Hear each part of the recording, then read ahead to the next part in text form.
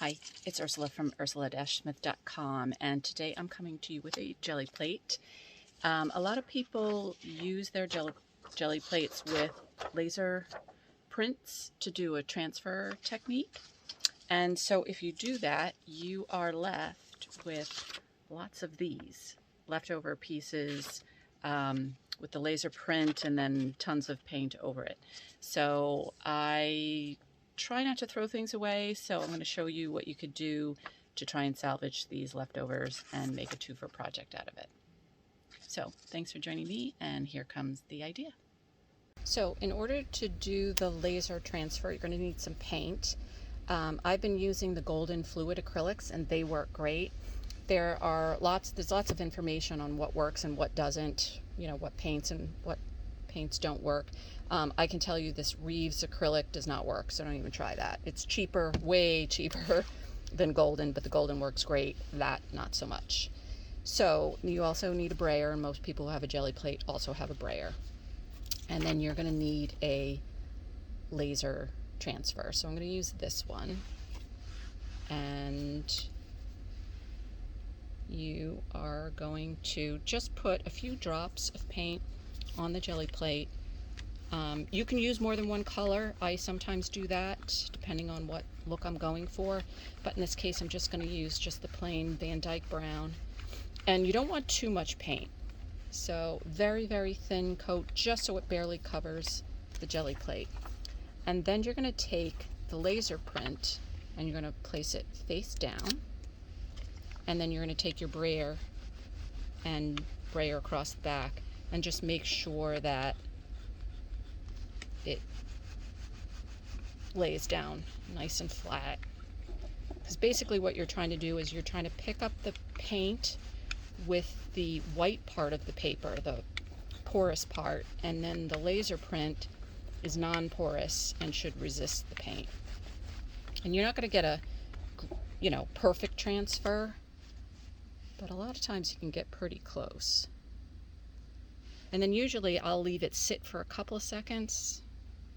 By the time I pick it up, maybe a couple of seconds. So you can see, kind of pulled some of the image, and then I'm going to show you what to do with this leftover in a minute. Then the next thing you're going to do, and again I usually let this sit for just a second or two. You're going to put some more paint, and again you can use a single color. I usually use up to like 3 or 4. I'm just going to use a couple of colors right now. And you're going to roll and brayer and go right over that image. Hopefully you won't have smudge. And you're just going to cover that transferred image. Then you're going to take a piece of cardstock. Hopefully you remember where the image is. Place it down, and same deal. You're going to brayer over the top.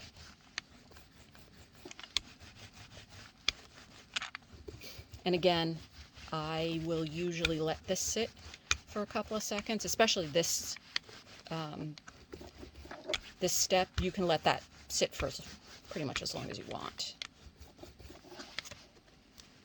But for time's sake, we're going to pull right off. And there we go. Sometimes you get a really good transfer. I would consider that a really good transfer. Sometimes not so much. But now we're going to put our jelly plate away, and we're going to take the reverse. So this is the piece of paper that had the laser print on. And you can use a couple of things. If you have any of these studio wipes, anything that can remove acrylic paint, these wipes are great. Wipes are really hard to get right now because of COVID. So the other thing that you can use is just a paper towel, and mine is already used, and some rubbing alcohol. And both of these will remove acrylic paint. So you're just going to wet your paper towel, and you're going to start wiping away the acrylic paint. And this is another one of those things where you got to kind of get a feel for it. You have to kind of press a little bit hard, but not too hard because the paper, at least the paper I'm printing on, is just copy paper, so it's fairly thin, and so you don't want to rip it while you're doing this step. So you just kind of go around and use the alcohol to remove as much paint as you want.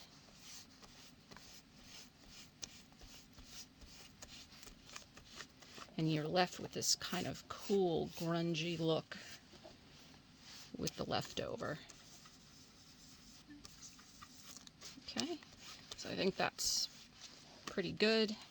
And then the last step that I usually do is I take some of my new favorite things, Distress Oxide sprays, and you have your choice here. You can either spray directly on, or you can spray it onto like a Teflon, one of these non-stick mats, or like deli paper or wax paper, something like that, and something plasticky where it won't soak in.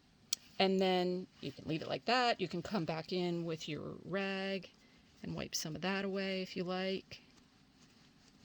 You can use it to kind of tap it down, but you basically get the idea. And that's what you do with the leftovers. So this project is a twofer, and since it took less than 5 minutes, it's a take 5 as well. So hope you enjoy it. Give it a shot. Thanks for joining me, and we'll see you next time.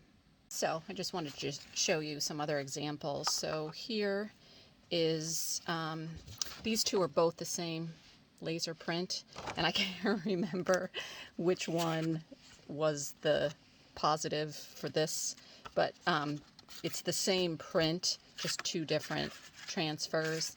And then here's one of the laser prints that I used the leftover. Now the other thing you can do, if you don't get a great laser print, you can try taking off as much of the acrylic paint as you can. Let it dry. Cannot be wet, so the alcohol all has to dry. And then you can try doing the laser print again. And I have gotten some prints. I believe this one was the result of doing that. And then here's the reverse again. After I pulled, sometimes I pull some other paint, sometimes both that and the Distressed Oxide, that's got both. And then here's another example. That's the transfer, that's the leftover laser print, and then same thing. There's the transfer print, and there's the leftover. So, hope you like that technique. Thanks for joining me, and we'll see you next time.